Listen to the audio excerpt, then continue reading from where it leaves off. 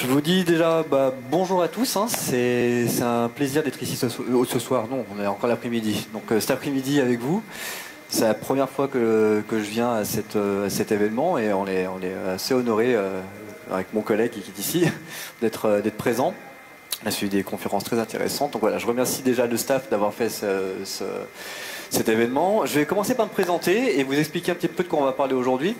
Je m'appelle Patrice Furlet, je suis expert technique chez Smile. J'ai intégré ce qu'on appelle le Smile Lab chez nous, un labo R&D où on est une petite dizaine de personnes à travailler sur des sujets de recherche. Je travaille en fait chez Smile depuis 2009. Si vous ne connaissez pas Smile aujourd'hui, c'est une boîte qui a à peu près 1000 personnes. On est un peu partout en France, Bordeaux, Paris, Lille, Lyon, etc. On a aussi 2-3 agences en Europe et aussi au Maroc.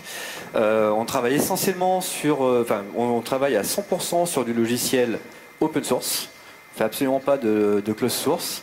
On est même plus friand du libre que de l'open source en réalité. Et on a levé un petit peu des projets ces temps-ci de DevOps et essentiellement, pour moi, sur le continuous delivery. Alors si vous ne... Je pense qu'il y a des sifflements et que je vais écarter un peu le micro. J'ai eu la chance d'avoir le droit d'écrire un livre blanc en fait chez Smile, donc vous pouvez le télécharger, soit à l'adresse ici qui a été raccourcie, sinon vous pouvez carrément scanner le QR code, je pense qu'il marche. Je suis pas sûr, je n'ai pas testé. Je vous laisse le temps de scanner, comme ça vous serez tous contents d'avoir mon livre. En fait, à l'intérieur, on parle justement de quelques sujets en fait qui nous est tombé un peu dessus, hein, le continuous delivery, la containerisation, tout ce qui est plateforme d'intégration continue, etc. On a essayé de condenser un peu tout ça dans un livre. Donc voilà, il est gratuit, allez-y, n'hésitez pas. Aujourd'hui, alors, je vais vous parler du DevOps. Vu de la R&D, c'est-à-dire en fait comment approcher cette démarche DevOps, et notamment pour faire du continuous delivery, quand vous vous retrouvez avec absolument plein de projets autour de vous, plein de technologies qui existent, plein de solutions qui peuvent être mises en place, sans vraiment savoir quelle direction prendre. J'ai eu quelques mois en fait pour vraiment tester pas mal de techno. On a intégré chez des clients. Et je vais vous présenter un petit peu tout ça, comment les travaux ont évolué et comment vous pouvez avoir une démarche DevOps en essayant de trouver des solutions. Alors juste pour un petit rappel, parce que je sais qu'il y a des personnes ici, j'ai eu la chance de discuter avec 2-3 personnes qui finalement le DevOps ils connaissent pas trop, le continuous delivery ils connaissent pas trop non plus, donc je vais rappeler rapidement ce que c'est. Il n'y a pas si longtemps que ça en fait, j'ai mis à une époque lointaine, mais ça remonte à il y a 4-5 ans, on faisait tout à la main en fait. Hein. Mais vraiment, on faisait vraiment tout à la main. On faisait une création de dépôt, donc on allait cliquer à droite à gauche dans les projets, que ce soit sur Subversion ou sur Git, hein, on avait déjà Git à cette époque-là. On avait une discussion sans fin pour savoir où on allait livrer ça, parce qu'on avait de l'hébergement à droite, de l'hébergement à gauche, soit on faisait de l'hébergement pour PHP sur Apache avec une version très particulière, etc. Donc il y avait toute une analyse à faire. Et pareil pour les méthodes de livraison. Je crois que j'ai à peu près tout vu. Hein. Du FTP, du copier-coller dans un dossier WebDAV, j'ai vu du Git pull directement sur le serveur de prod, enfin j'ai vu de tout. Et ça marchait, hein, mais c'était pas super efficace. Et je vous raconte pas non plus le bootstrap d'application sur un poste de développeur. On a dû avoir à peu près 3 tentatives de suicide après avoir essayé d'installer un Drupal normalement. Et je ne compte pas le nombre de JVM différentes par rapport à la distribution Linux qu'on avait chez nous. Donc bref, voilà, c'est quelque chose qui était récurrent et heureusement, en fait, on a commencé un petit peu à travailler sur ces notions de continuous integration, continuous delivery et surtout avec un sujet un petit peu en vogue. Alors je voulais mettre que ça fait peur de plein de gens, mais ça vous a pas fait rire, donc c'est pas grave. Je vais vous présenter la chaîne CI. En fait, je crois que j'ai un slide qui a sauté, donc je vais juste vous rappeler ce que je voulais dire. Donc en fait, heureusement, on a eu deux, trois technologies qui sont arrivées. Une technologie extrêmement efficace qui s'appelle la containerisation. Donc je pense que tout le monde a entendu parler ici, vous n'arrêtez pas à entendre parler du mot Docker. Mais il n'y avait pas que Docker. À l'époque, on avait LXC qui marchait super bien. On avait aussi des VM pour pouvoir mettre en place nos produits. Bon, LXC, c'était un petit peu le papa de Docker à la base, et on s'en est beaucoup servi. Quand je vous disais que la continuous integration, ça fait peur, je vais vous expliquer pourquoi. C'est parce que en fait, quand on dit bah ouais, on va développer, on va pousser sur un Git, ça va faire plein de tests, ça va mettre en production. J'ai vu des gens tout blancs qui m'ont dit pardon, et les tests qu'on fait nous, comment on fait la recette, comment on valide, etc. S'il y a un bug qui est poussé, qui se met en production. Alors en fait, moi à ça je réponds en général, juste je remets en situation quelque chose qu'on a déjà vu quand on faisait des sites web avant. Je pense que vous avez tous, si vous avez à peu près entre 5 et 10 ans d'expérience professionnelle sur le développement web, je viens de l'univers du développement donc je sais de quoi je parle. On mettait des sites en production, puis on avait la solution de pouvoir laisser les utilisateurs mettre des commentaires sur un post de blog, par exemple. Il y a une dizaine d'années, on ne validait pas les commentaires directement, on attendait quelqu'un modère. Donc il y avait, pour vérifier que ce n'était pas un mail d'insulte, que ce n'était pas du spam, que ce n'était pas de la pub, que ce n'était pas un sujet complètement à côté. Enfin bref, on faisait ça. Puis en fait, aujourd'hui, si vous regardez bien, on a les anti-spam qui existent, les commentaires sont triés automatiquement, on arrive même à faire directement pousser maintenant des contenus et ils sont automatiquement rubriqués grâce à des méthodes d'analyse type bayésienne, etc. Donc en fait, avant, on avait peur de laisser les gens rentrer du contenu sur un site et puis finalement on les laisse faire et puis on laisse un peu la technologie gérer un peu ça, même si derrière il y a l'œil humain. On va retrouver un petit peu cette notion-là dans le Continuous Integration. En gros, la livraison continue, vous allez pousser, il y a plein de choses qui vont se passer pour faire des tests qui sont maintenant optimaux, mais il y a toujours l'œil humain qui est derrière pour pouvoir faire des tests d'acceptation. D'accord ? Donc ça fait peur à beaucoup de gens, mais en fait c'est pas si effrayant que ça. On a une chaîne qui s'appelle la chaîne CICD, donc c'est la chaîne de intégration continue et de livraison continue, donc Continuous Integration et Continuous Delivery. Cette chaîne en fait elle est assez simple. Vous avez votre gestionnaire de sources, donc ça peut être Git, ça peut être Subversion, ça peut être ce que vous voulez. C'est vraiment pas la question. L'idée c'est de faire des blocs en fait pour cette chaîne, ce sont des maillons. Tout ça est poussé vers un serveur en fait d'intégration continue. Donc vous en connaissez au moins un, je pense que tout le monde en a entendu parler, c'est Jenkins. Il n'y a pas que lui, hein. Il y en a plein des superbes. On va en parler un petit peu plus loin. Finalement, après, on a un autre service qui va vraiment s'occuper lui de la livraison. Alors ça peut être dans Jenkins. Hein. Jenkins est capable de faire les deux. Ça c'est pas un vrai problème. Et en général, on va mettre ça en production. Aujourd'hui, on parle essentiellement de cloud. Alors j'ai mis Cluster Manager pour pouvoir expliquer qu'on a un cluster de machines. En fait, c'est pas vrai. On peut très bien avoir simplement un serveur ici, un serveur web, un serveur d'application, ce que vous voulez. Bref, en fait, la chaîne c'est celle-ci. Elle est plutôt simple.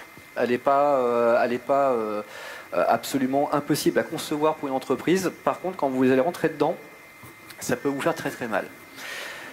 Donc aujourd'hui, c'est un petit peu le sujet DevOps. Je pense que dans toute la journée, là, vous avez entendu ce fameux Continuous Integration et Continuous Delivery à toutes les sauces. On vous a présenté plein de technologies qui promettent monts et merveilles. Je vous assure qu'elles marchent super bien, condition de s'y prendre correctement. C'est le sujet DevOps ou pas finalement? Pourquoi je dis ou pas?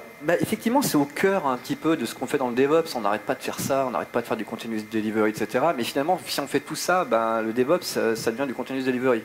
Alors qu'en fait, le DevOps, c'est beaucoup plus vaste que ça. Et ça devient un sujet qui finalement trouve tout plein de solutions qu'on peut mettre en place. Donc c'est plus vraiment un sujet central parce qu'on a nos solutions. Comment se passe une séquence macro d'une intégration, d'une livraison continue, pardon. Vous avez d'abord la partie finalement de l'intégration continue qui se trouve sur la gauche, c'est-à-dire qu'un développeur va pousser du contenu, ça va déclencher des tests unitaires. S'il y a un gros crash, la main elle sort de l'écran, elle lui met une claque. Et sinon, si ça se passe pas trop mal, en fait, il y a toujours en fait un événement qui est poussé sur les tests d'acceptation. Des acceptations qui peuvent être des tests faits avec Selenium, mais aussi quelqu'un qui va cliquer un peu à droite à gauche sur le site et puis valider en cliquant sur un bouton. Test d'acceptation, ça ne veut pas forcément dire que c'est une machine qui le fait. C'est pour ça que je dis qu'il ne faut pas avoir trop peur du continuous delivery, parce que l'humain peut être au milieu de cette chaîne-là. Ce n'est pas un problème. Et c'est pas du tout déconnant. Il ne faut pas hésiter à mettre un humain au milieu, parce que c'est lui qui va penser, qui va réfléchir un petit peu plus logiquement qu'une machine sur des tests d'acceptation. Par contre, les tests unitaires, vous ne les faites pas à la main. Ou alors si vous avez envie, mais faut avoir du temps à perdre quand même. Hein. Et enfin, le test d'acceptation, ça va déclencher une livraison. Alors c'est cette partie-là qui est un peu compliquée finalement, c'est la livraison. On livre où? On livre comment? On livre avec quoi? Qu'est-ce qui va vraiment en fait faire en sorte que la livraison s'est bien passée? Comment on vérifie que la livraison s'est bien passée? Ça aussi, c'est quelque chose qui peut être très compliqué à mettre en place.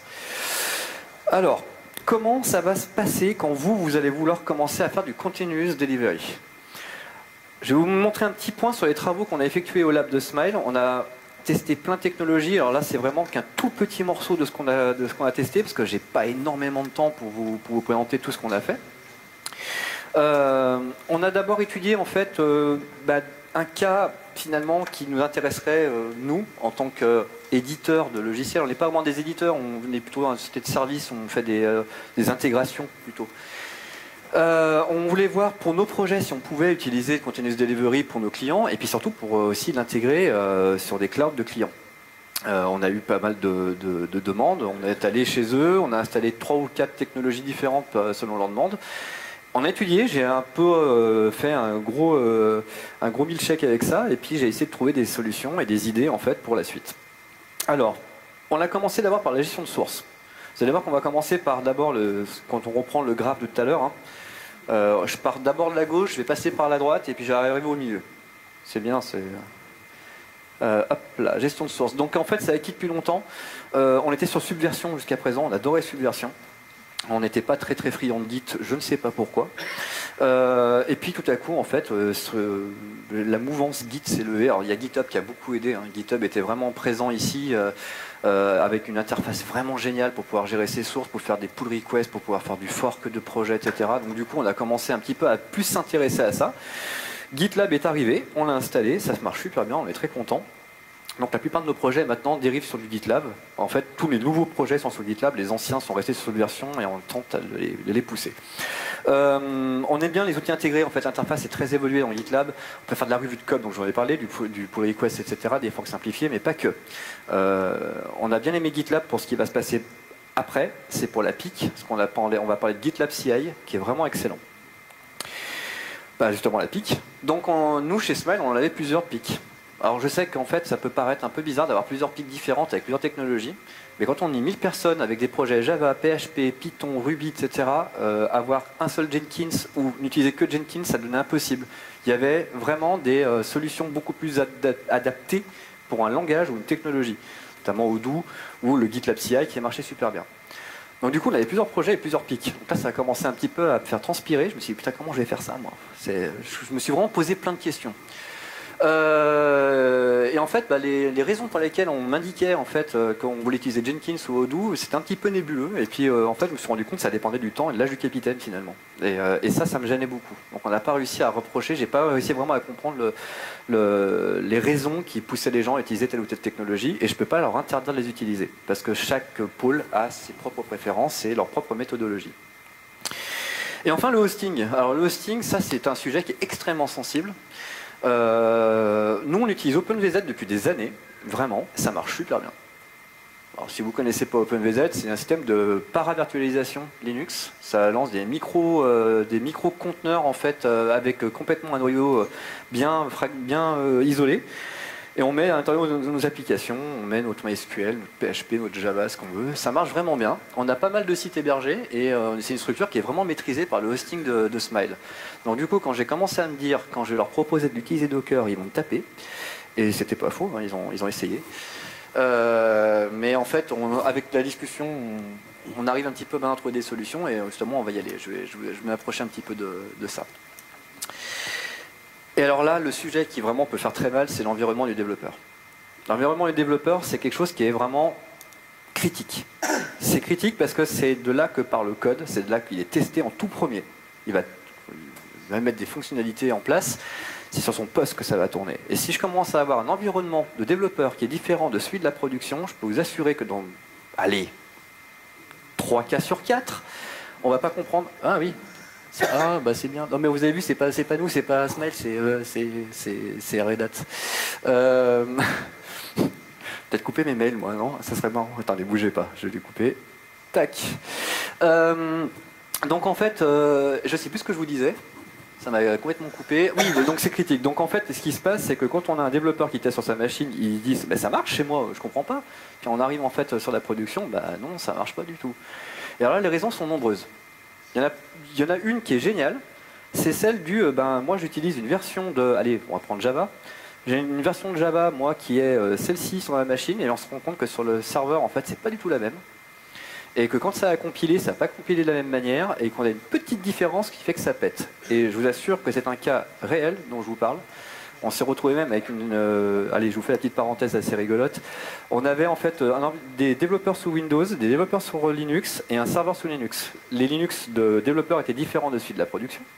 Quand on compilait sur Windows et qu'on le mettait sur le serveur de production, ça marchait. Quand on compilait sur le serveur de production, qu'on lançait sur le Windows, ça ne marchait plus. Quand on compilait sur le Linux et qu'on le mettait sur le Linux de production, ça ne marchait pas. Quand on le compilait sur le Linux et qu'on le mettait sur le Windows, ça marchait. On n'a jamais compris pourquoi. On n'a jamais compris pourquoi. On avait 7 experts Java dessus, ils n'ont rien compris. Donc voilà, ça peut arriver. Quand on a des environnements qui sont différents, ça peut arriver. Et là, je vous parle de Java, je ne vous raconte pas avec PHP. PHP et Apache, à la 0,1 près de version, vous êtes cramé. Donc du coup, c'est un vrai problème. Donc nous, on a bien aimé LXC parce que du coup, on impactait complètement une distribution en tant que conteneur. Il y avait tout dedans. Windows, MySQL, PHP, Apache. Allez-y les gars, développez. Et ça marchait super bien. Le vrai problème, c'est que c'est très très compliqué de faire un conteneur LXC. Pour un développeur, c'est l'enfer. Pour un ingé système, ça va. Franchement, il y a 2 fichiers de conf à faire, il faut connaître un petit peu les problématiques de device à mettre en place, des points de montage en bindé, etc. Ça se passe super bien à ce niveau-là. Mais un dev, quand il prend le truc, il ne comprend rien. Et ça, c'est un peu gênant. Et puis un jour, il y a Docker qui est arrivé avec sa cape, et vraiment, ça a changé le monde. Ça a changé le monde pour le développeur, mais ça nous a fait on a eu quelques petits problèmes avec ceux qui voulaient ne pas quitter LXC. En fait, les développeurs étaient super contents, on trouve ça génial, ils tapent une commande, le machin il démarre. Mais il n'y a rien à dire, quoi. Mais il manque des formations déjà, parce que quand ça plante votre conteneur Docker, quand il est cramé, parce que votre Docker Compose ne marche pas, quand on ne connaît pas trop bien Docker Compose, on ne sait pas comment réparer. Et puis on était trop nombreux à tout basculer, des projets qui n'étaient pas forcément adaptés comme ça, donc pas mal de freins. Donc je récapitule rapidement. GitLab, ça c'est bon. Des pics multiples et un hosting figé. Je peux vous dire que je suis parti avec un boulet au pied, et pourtant, on a trouvé des solutions. Alors, comment vous allez faire quand vous allez vouloir travailler sur du continuous delivery et que vous avez dans vos cartons du Docker, vous pouvez utiliser un peu la techno que vous voulez pour pouvoir essayer de faire du hosting, vous rapprochez un peu du hosting pour savoir où ils vont mettre les machines, vous allez voir que c'est en fait faisable. Donc d'abord, vous allez commencer par faire des projets structurés différemment. Vous n'allez pas changer votre méthodologie complète. J'ai dû m'approcher de la direction technique pour savoir comment en fait on allait développer un projet d'abord. Donc là, je vais vous montrer un exemple, c'est avec Drupal. Si vous n'aimez pas PHP, je suis désolé. On est parti sur le Docker Compose. J'ai essayé de respecter la structure que la DT demandait à l'époque sur LXC. Ensuite, on a des builders avec une technologie qui s'appelle Source to Image. Ça, je vous conseille d'aller voir, c'est absolument génial. C'est un système en fait qui vous crée un conteneur qui va créer des images. Et ces images vont permettre de pouvoir développer votre projet. Et ce qui est intéressant, c'est que Source to Image va marcher dans OpenShift. Enfin, les builders vont marcher dans OpenShift. Surcharge de l'image pour le développeur, parce qu'en fait l'image qu'on va générer, elle marche pour OpenShift, elle a une petite structure qui va un petit peu gêner le développeur, c'est qu'elle a un UID particulier, donc en fait on surcharge juste pour changer l'UID de l'image pour que le développeur puisse travailler avec et écrire dedans. Il fait ses points de montage à l'intérieur, on est tout à fait d'accord, mais il ne pouvait pas écrire correctement, par exemple quand il y avait des fichiers de temporaires à écrire. Il y a donc pas mal de trucs à régler. Le bootstrap de projet, ça c'est à peu près gérable. Un choix de l'acceptation de build, ça c'est en fait ce qu'on appelle les tests d'acceptance. L'acceptation d'un build, en fait, c'est comment vous allez accepter que finalement c'est bon, ça marche, on peut partir en production. Et qui va héberger quoi? Est-ce que ça va être hébergé sur OpenShift? Est-ce que ça va être hébergé avec du Docker qui va démarrer comme ça? Est-ce qu'on va prendre du Swarm? Est-ce qu'on va aller sur Amazon? Est-ce qu'on va aller sur Azure? Voilà, il faut vraiment réfléchir à ça avant. Alors, je vais vous montrer un exemple de bootstrap de projet sur ma machine. Il risque d'avoir des petites latences parce que je suis en VPN à travers mon téléphone en 4G, donc n'ayez pas peur. Si c'est lent, c'est pas la techno, c'est moi. Grosso modo, comment j'ai démarré ça? Donc j'ai un dépôt template que je vais vous montrer. Un démarrage donc, du projet chez moi, sur mon poste de développeur avec Docker Compose. Je vais pousser ça sur un GitLab et vous allez voir qu'OpenShift arrive à récupérer ça, le builder et va le mettre en production. Alors, plutôt que de vous faire toute la séquence en une fois, j'ai quand même, je me suis décidé tout à l'heure à me dire, vu le temps qu'on a, je vais quand même préparer le projet avant. Donc en fait, pour vous expliquer, je vais quitter le mode plein écran, je vais retourner sur notre GitLab. Donc ça, c'est notre GitLab. Vous voyez qu'il marche super bien, avec les images qui ont pété. Et grosso modo, là, je vous montre pas le bon projet. Excusez-moi. Ah. Projet. Le projet, donc ça c'est celui que j'ai créé. Je vais vous montrer l'autre projet. On va y arriver. Hein. Je suis désolé pour les lenteurs, hein, vraiment. Tac. Alors, allez. Donc on a un projet d'abord, c'est celui-ci, c'est le tout premier projet que donc le DevOps va devoir créer. Le DevOps, c'est celui qui va s'occuper à la fois d'avoir quelque chose qui est structuré pour de la production, mais aussi qui va travailler avec les développeurs. Je ne peux pas scroller, c'est génial. Bon, c'est pas grave. En gros, grosso modo, pourquoi je ne peux pas scroller moi? Attendez, bougez pas. Hop. Bon, j'ai un bug. Grosso modo, donc ça c'est l'image, c'est ce qui va créer le builder. Alors, je vais vous montrer grosso modo les fichiers qu'il y a dedans. J'ai pas fait grand chose. Hein. J'ai vraiment pas fait grand chose. Ce que j'ai fait, bah ça y est, je peux scroller. Ce que j'ai fait, c'est que j'ai fait un Dockerfile très simple, qui part en fait d'une image préparée pour OpenShift et par OpenShift pour source-to-image.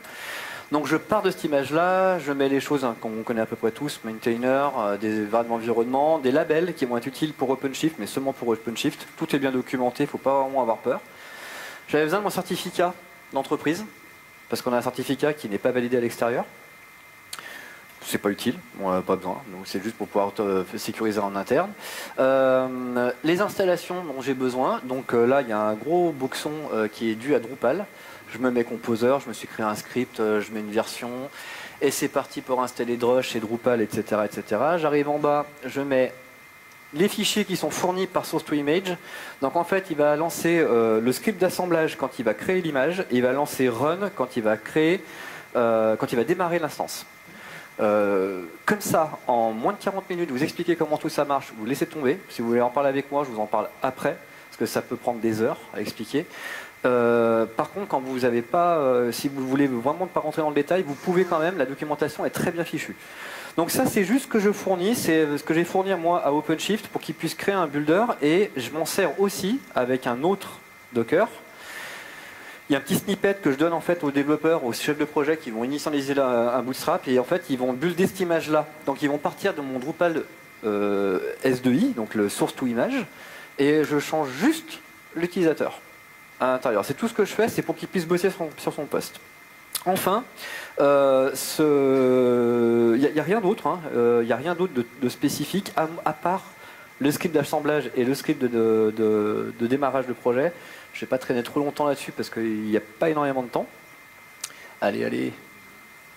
Bon, vu la lenteur, on s'en fiche. On va faire autrement. Je vais vous montrer donc la suite. Donc l'assemblage, hein, posez-vous pas de questions, il fait un composer install. Voilà, composer install en PHP. Je vais juste aller voir maintenant, en fait, ce que j'ai l'autre projet, donc le projet que j'ai préparé pour aujourd'hui. J'aimerais bien qu'il réponde plus vite. Ce que j'ai fait, c'est que j'ai pris ce projet-là. Pardon. Pour moi, c'est celui-ci. Ça, c'est le projet template que je donne en fait au chef de projet maintenant. Donc, il s'appelle. Finalement, j'arrive pas à cliquer correctement. C'est le Drupal OpenShift. Voilà. Ok, ça c'est le projet de base avec une documentation qui est à l'intérieur. Donc, en gros, ce que je vous disais, il y a un petit snippet qui va lancer. Je ne sais pas si je l'ai là, le snippet. Le curl, il est quelque part. Il est là. Voilà, petit snippet qui lance, hein, qui build l'image chez lui. Donc après, il a donc chez lui un Drupal OpenShift version 8, parce que c'est un Drupal 8, qui est tout prêt à l'emploi. Donc lui, ce qu'il va faire, c'est qu'il va prendre ce projet-là. Il va pas le forker, parce que sinon, il risque quand même de faire des pull requests, etc. Il va juste le copier finalement, ce projet, et en faire un projet pour son projet à lui. Donc moi, ce que j'ai fait, c'est que j'ai fait un projet qui s'appelle Drupal DevOps D-Day. Pardon, il est ici. Et c'est donc la copie conforme du projet.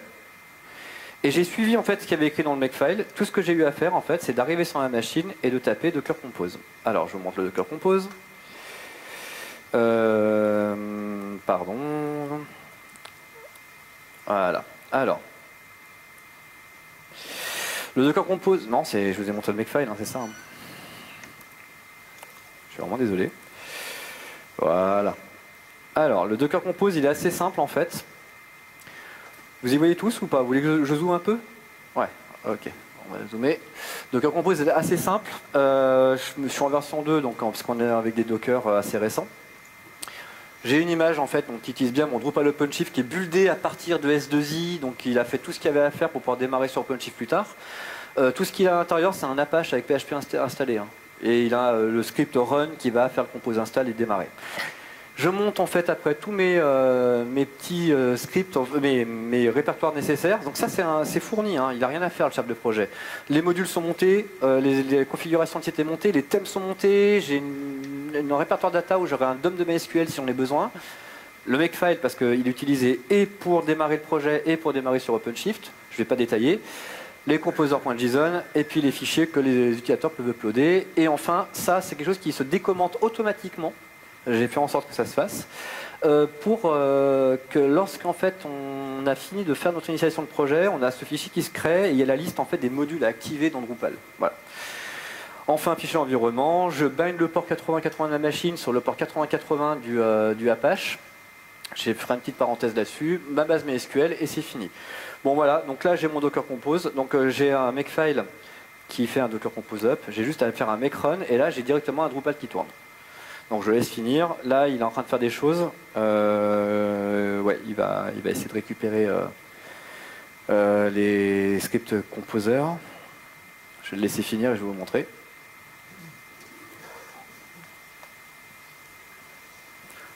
Alors pendant qu'il fait son petit truc, là, je vous montre juste le makefile du coup. Alors le makefile, en fait, hein, c'est un makefile que ne doit pas toucher le projet. Il y a en fait de l'aide. Je vais vous montrer ce que ça donne comme aide. Et il y a des règles de base. Hein. Démarrer, créer le composer.json, créer le composer.lock. Enter, c'est pour rentrer dans le Docker, dans le conteneur, pour qu'il puisse taper des drush en, drush FRA, etc. Un script de préparation pour qu'il puisse préparer donc, justement sa base de code pour que d'autres personnes puissent travailler avec lui. La sauvegarde, en fait, qui sauvegarde le mec prépare, qui est ici. Un composer en fait install qui est ici, etc., etc. Donc il y a pas mal de choses. Détailler est impossible. J'ai passé presque 3 semaines à réussir à avoir quelque chose de correct. Donc voilà, on va pas s'attarder là-dessus. Mais c'est un makefile en fait bête et méchant. Quand je tape make, en fait, il y a une documentation qui se met en place où j'explique en fait ce qu'il doit faire pour pouvoir préparer en fait sa configuration pour travailler avec une autre équipe. Est-ce qu'il a fini? Je crois en fait que j'ai un problème de réseau depuis tout à l'heure et que ça passe toujours pas. C'est dommage. J'aurais bien voulu montrer le Drupal, mais là, il va pas marcher, je pense. Ouais. Bon, c'est pas très grave en soi. Pourquoi je l'ai pas le réseau là? Attendez, bougez pas.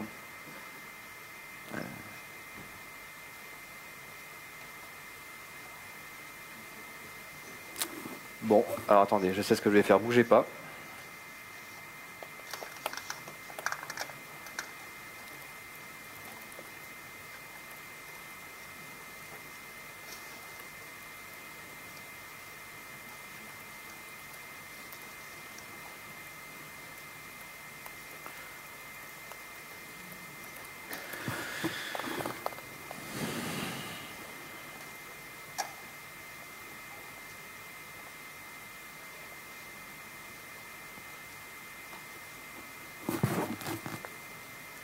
Eh ben, je croyais que c'était endormi. Oh.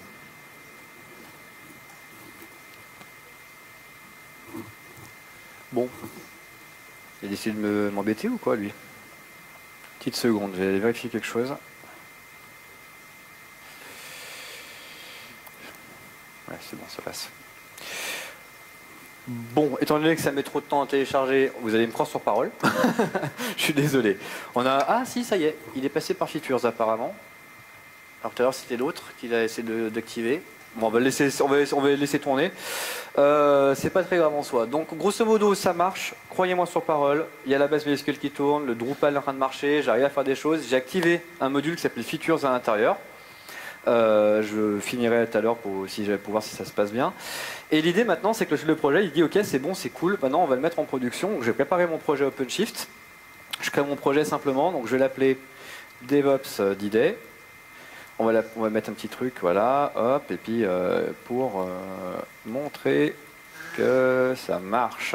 Donc là, OpenShift, en fait, si vous ne connaissez pas, c'est tout simplement une grosse interface qui se met au-dessus de Kubernetes. Kubernetes, lui, c'est un énorme orchestrateur qui prend plein de contenants Docker, qui est fait tourner sur plein de machines différentes, etc. Il assigne des adresses IP correctement, enfin tout un jeu d'orchestration qui est vraiment super bien pensé. OpenShift, lui, il permet de gérer les projets, il met des règles un petit peu de fonctionnement, il installe proprement des routeurs pour pouvoir directement avoir accès à vos services. C'est assez sympa. Donc là, moi, j'ai créé un projet. Donc, je suis connecté sur le LDAP de mon entreprise. Hein. J'ai créé ce qu'on appelle un template. Donc, en fait, c'est un fichier YAML qui est ici. Un fichier YAML qui dit comment démarrer un projet à partir de notre Git à nous, avec nos règles à nous. Voilà. Donc, en fait, ce template va me poser quelques questions. Donc, il me demande le nom du site. On va le laisser website. Je vais laisser tout de base. J'ai juste changé en fait la taille dont j'ai besoin, parce que j'ai besoin que de 500 mégas, donc on va pas se prendre la tête. Voilà. Et je crée le projet. Donc là, ce que j'ai fait, c'est que j'ai simplement créé un projet. Oh, pardon. Je vais la refaire. À chaque fois, je fais le même coup. Hein. J'ai oublié une chose importante. Alors, on la refait. DevOps Day. DevOps Day. On s'en fout. Create. Il faut que je change quelque chose. Mais je sais qu'il existe déjà. Allez. Désolé pour les lenteurs, hein. C'est mon cerveau là, c'est facile. Allez, couplez, bon c'est pas grave. T'es parti ou pas là?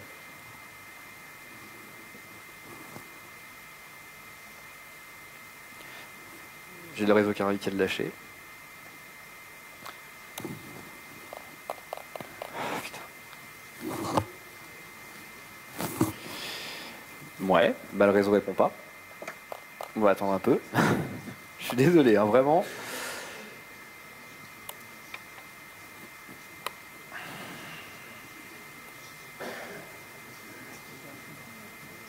Ah, bah, enfin. On va y arriver. Allez. DevOps Day. On va pas à tous les coups me la créer, cet imbécile. Voilà. Là, ça va être bon maintenant. Voilà, il m'a créé le projet. Allez. Je prends Drupal Smile et ce que j'ai oublié de changer, donc j'ai changé ça et c'est très bien. Par contre, il faut que je mette ici le projet GitLab que j'ai créé. Donc c'est le DevOps Day qui est ici. Donc je vais lui donner l'adresse de mon GitLab. Enfin, de l'adresse de mon projet sur GitLab. Donc hop. Tac. Voilà, là c'est bon, on est tranquille. Donc je crée le projet. Là, il a créé le projet, il est en train de démarrer des choses. Et en fait, il nous explique 2-3 petites choses qu'on peut faire. On a droit à une ligne de commande qui est assez sympathique pour pouvoir travailler directement depuis notre poste avec OpenShift. Sinon, vous pouvez directement utiliser l'interface qui est ici. Et cette interface, elle est plutôt pas mal, en fait. Y a pire, hein, croyez-moi. Donc là, vous voyez qu'il m'a démarré une base de données. On va se mettre en plein écran. Il a démarré une base de données, donc une base de données qui vient de démarrer, là, elle vient de finir de démarrer, qui est un MariaDB. Et en dessous, il est en train de builder, de construire en fait l'image pour mon projet. Donc là, il a même fini la builder, il est en train de démarrer maintenant le service web. Et le service web, il a un truc qui est intégré dans son deployment config, là, la configuration de déploiement. Il lui dit en fait, ok, voilà comment tu me prouves que ça marche, tu as le port tant qui marche, cette page elle fonctionne, etc. Si ça ne marche pas au démarrage, il estime que le contenant est planté, il me le met en rouge. Alors ça c'est super intéressant quand vous allez mettre à jour votre projet, parce que si jamais vous faites une mise à jour, que vos tests d'acceptation ils sont passés, puis en fait vous n'avez pas testé le build, le final, quoi. Lui quand il va builder et qu'il va le démarrer, si ça ne répond pas, il arrête. Il garde la version d'avant. Donc vous êtes sûr de ne pas planter une version en prod complètement défoncée et d'avoir le client au bout du fil qui vous insulte. Ça c'est vachement intéressant. Il met un petit peu de temps à démarrer, ce qui est tout à fait normal, parce qu'en fait j'ai pas tout optimisé. On va aller regarder justement ce que fait le pod website qui est ici. Donc j'ai les logs qui tournent ici. On peut aller voir les logs. Donc là il est en train de finir le paramétrage en fait du Drupal. Il a terminé, donc il a fait sa mise à jour, et là je vois qu'il y a un Apache qui est en train de répondre. Donc j'ai plus qu'à aller vérifier ce qui se passe ici. Normalement il y a le prop qui va démarrer. Si je ne me trompe pas, allez bougez pas. Je n'ai pas regardé s'il était en train de tourner. En fait, je vous ai dit ça, mais... Voilà, donc là il est en bleu bien pétant, donc on le voit. Et il m'a créé une adresse IP, une adresse DNS. Comme j'ai pas accès à tous les DNS, etc., j'ai utilisé xip.io. Ça c'est super intéressant, c'est la petite parenthèse, outil sympa.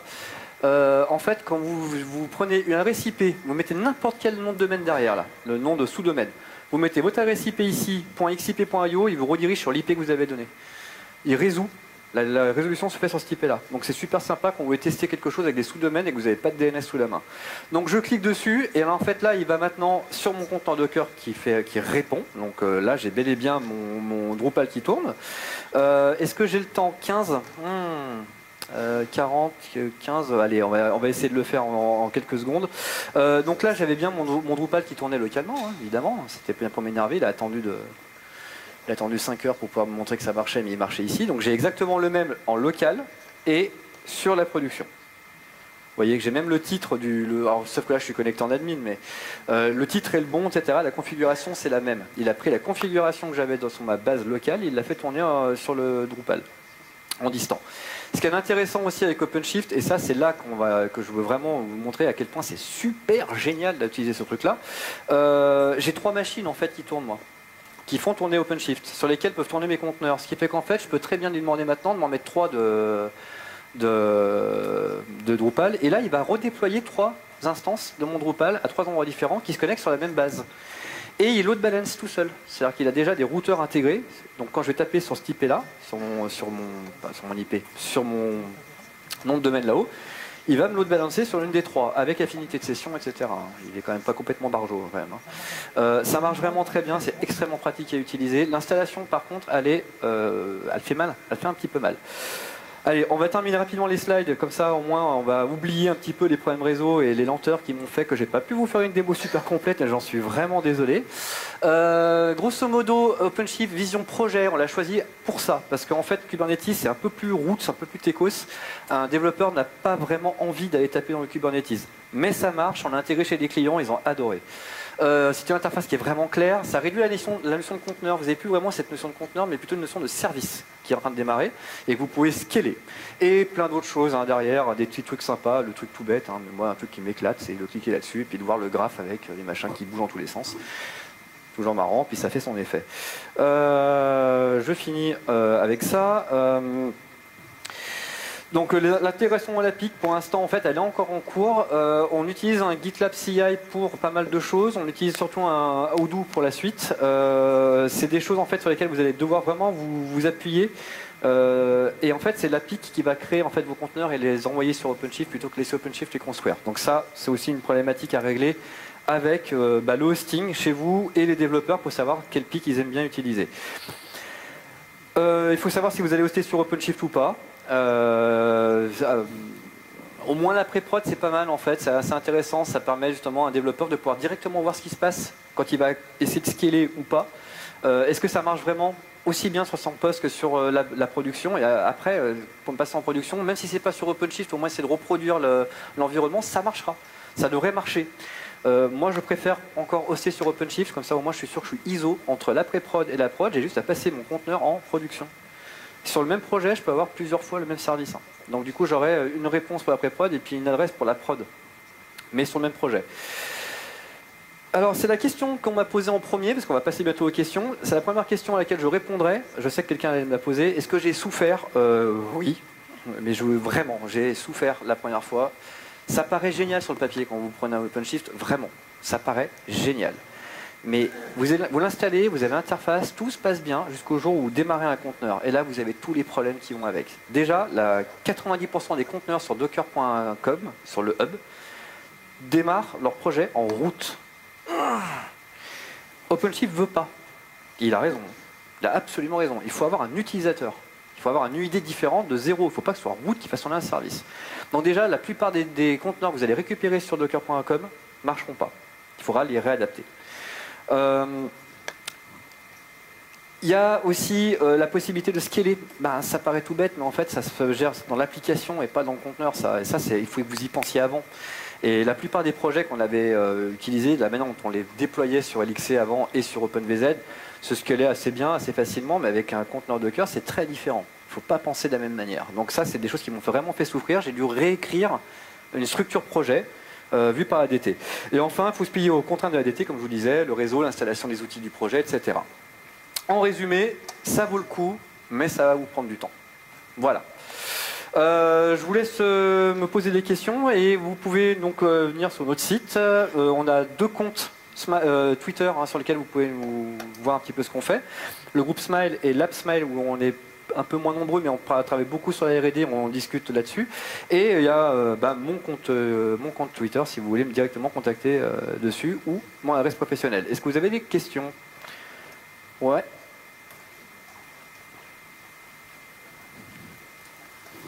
Je voudrais savoir, après la mise en place de ce type d'infrastructure, ce qui se passe quand on a quelques centaines de projets installés, qui ont été développés, qu'on a une faille OpenSSL à combler.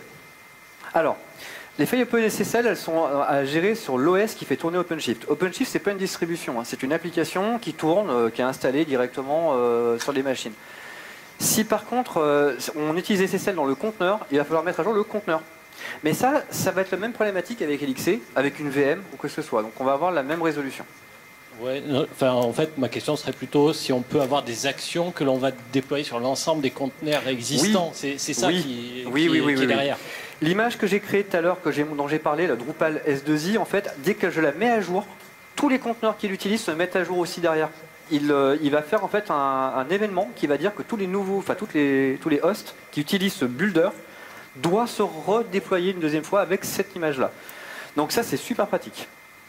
Alors, ça fait pas magique, hein, il n'y a pas mal de choses à faire, mais ça marche. Autre question?